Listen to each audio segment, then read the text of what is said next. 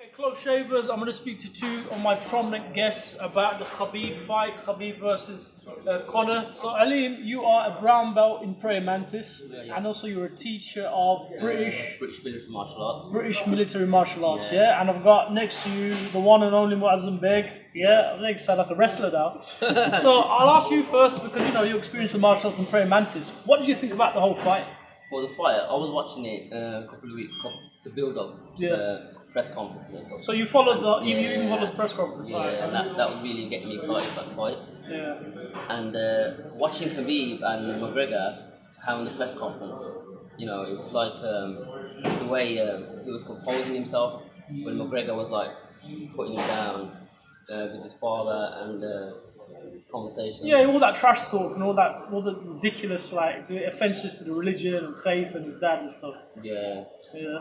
It's like for him to be composed, showed me that look, if you're somebody else, they would have got a bit more aggressive, like the UFC fighters do. Get up, and if someone's aggravating you, they start attacking back. But the way he composed himself, carried himself. I mean, that's a true martial artist, though, isn't it, as well? Also, his principle that he controls his anger, which martial arts teaches you, control your anger.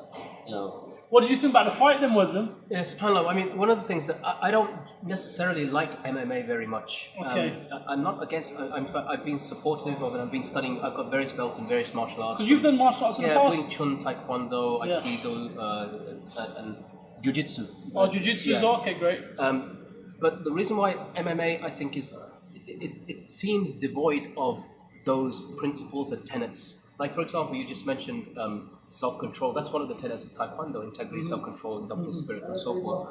And what you've seen is because you have this kind of bloodlust almost in the octagon, and the build-up, like you're talking about, that it's this. You've got to create the hype. You've got to leave the boundaries of. And they've got to sell the tickets, right? Yeah, and then what happens next is what is your dominant culture in society? Is it all about capitalism and money and insulting people and getting people? Conor McGregor is a product of his society. He's a product of 21st century Western secular. And Khabib, when he says my dad's gonna smash me, he's from a traditional background where you know that you have to, the wrath that your father's going to give you is going to be greater than anything that UFC could get, right? Of course, yeah. And so he's an embodiment of that. And we, as Muslims, we recognized that. We saw it straight away. My dad's going to beat the crap out of me. Principle from Islam. That's interesting, yeah, you're right. So it was basically two very different cultures dealing with each other, right? It was. One is from the Western culture, which we know because we're born and bred here. Yeah. Very liberal. Very secular, etc., etc. In terms of respect and these things for elders, it's not really taught. It's not taught, right? And then you've got like this kind of Eastern culture of my dad's going to smash me, beat the head out of me. And he's a 30-year-old man, and he's still talking about his dad's going to smash the head out of him. Yeah. That's interesting. But the fight itself, what did you think about the fight? And in terms of the styles? Yeah, man, I love the style because he showed his style. Every time he'd get him on the floor, he wouldn't stand up and fight. And McGregor fight standing up, and he would take him down and he would lock his legs up, make sure he's always in control of the fight. See, that was interesting. There's a lot of people like, he's a striker and this is a wrestler, and McGregor's kind of like an all-rounder, but he's too much of a good striker to be taken or beaten by this good wrestler. But he showed, or Khabib showed, that in fact that was wrong. Do you know what I mean? He actually got battered. One of the things I noticed, right, I as I said, wasn't really much into MMA, but then I started watching the different fights of each person and the series of fights. You know, Khabib is undefeated already. So you've got 27-0, 27-0, right? So Conor McGregor, they're talking about his left hand and they're talking about how he's unorthodox in the way he strikes and he's going to come from a different angle.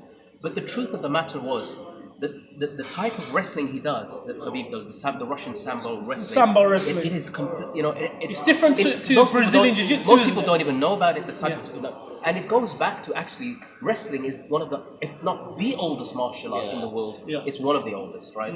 And it's every society has its own version. In Iran you have it, in Turkey you have it, Pakistan you have it, right? Yeah, you do.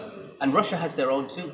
The other thing that I found, right, I was shocked because when somebody puts you into a neck hold, from my experiences, unless they turn it where the bone goes into your throat, you're not going to choke. You can get out of it. So the fact that he tapped out of something like this says to me that he wasn't prepared for anything. Well, some of the specialists say it wasn't actually a choke. right? It was on the actually chin, it was on the chin. I Yeah, just found it like that he tapped out. He tapped out so quick. Yeah. You tap like chicken. That's why he said. You tap like chicken. That's exactly why he did. But he said he was going to tap him out, and He said he was going to tap he was him gonna tap him out. out, Well, yeah. he also said he was going to smash his face, which he did as Yeah. well. I personally think the fight, if it was any other fighter, that fight would have been stopped in the second round when he was ground and pounding. Yeah, he was pounding hard. It happened for 25 seconds, man, and it wasn't stopped. The other thing that I found right in this is that I was sitting with a bunch of brothers and we were watching it, and they were shouting, "Don't go toe to toe with him! Don't go toe to toe with him because he's a boxer. Like, you're a wrestler. He's gonna take." And they were shouting that in my ears. Shut up! And he goes toe to toe with him, like he's trading blows In the third round. And even then, it seemed to me that they are in a different league. Yeah. They were talking about a rematch, etc. But you're in a different league. Conor doesn't deserve a rematch. What rematch? He's going to get mauled again. And again, round 3, when he did go toe to toe and he was boxing him back and he got that beautiful overhand right. What are the takeaways, for example? Because this has seemed to, like, a lot of Muslims are like, oh, Muslim against. This is nothing civilizational. It's just a fight. It's business, right? And even Conor said it. It's just business. But going back to what you said, look, how far do you bring yourself down? To what extent are you willing to humiliate yourself, your people, and other community for the sake of selling a fight? I know this guy, right? And he tells me he's from Ireland. He was a Muslim. He's a Hafid of the Quran. He's a nice young Libyan kid.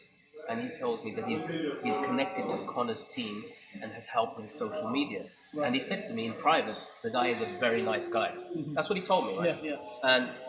But you can only judge things on appearance, right? And if you behave like this, when you insult the guy's father, then his faith and whatever. He went far, like we all felt it. Even non-Muslims have felt it. I feel everyone used to love him. I used to love him, and I'm sure he used to be very humble. But I think he's kind of sold his soul to the devil, and money's gotten to his head. Yeah, 100%. And a lot of it is business for him, I guess. And when he fought Mayweather, he's become like an Irish Mayweather, man. He doesn't shut up, but he's gone way beyond Mayweather in some disrespect. And Irish people, like any other people, have their principles, have their morals. He's not a representation of Ireland. And you'll see a lot of people say he does not represent me.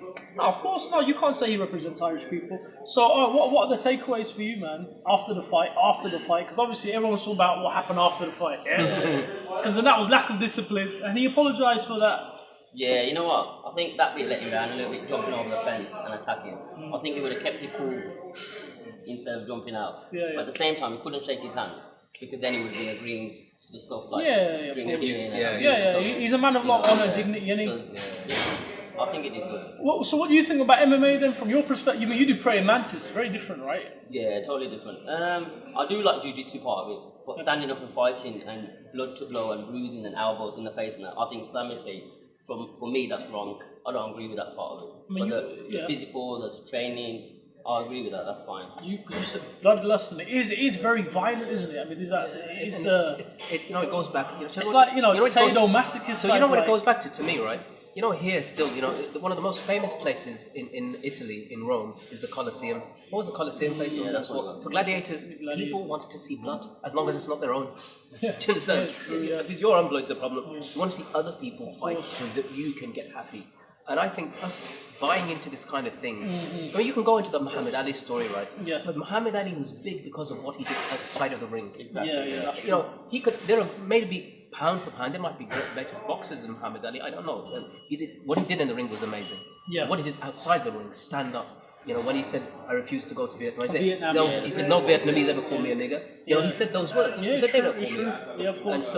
And I think Khabib, there is a great element of what he's done outside the ring. I don't mean like that when he flew out that far. Like literally the eagle. Although I have to say, right, the brothers I was sitting with, right, when that part happened, they were egging him on. They said, "Go for it, man! Go on, get him! Go on! He deserves it!" I suppose allegedly that Dylan, whatever his name is, called him a Muslim rat or something like that. Which he's now denying.